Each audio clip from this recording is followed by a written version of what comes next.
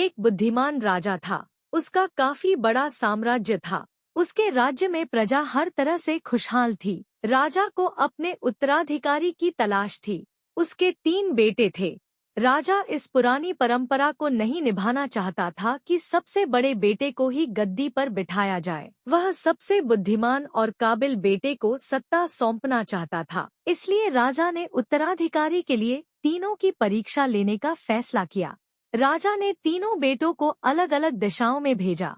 उसने हर बेटे को सोने का एक एक सिक्का देते हुए कहा कि वे इसे ऐसी चीज खरीदे जो पुराने महल को भर दे। पहले बेटे ने सोचा कि पिता तो सठिया चुके हैं, इस थोड़े से पैसे से इस महल को किसी चीज से कैसे भरा जा सकता है। इसलिए वह एक मैखाने में गया, शराब पी और सारा पैसा खर्च डाला। राजा के दूसरे बेटे ने इससे भी आगे सोचा। वह इस नतीजे पर पहुंचा कि शहर में सबसे सस्ता तो कूड़ा कचरा ही है। इसलिए उसने महल को कचरे से भर दिया।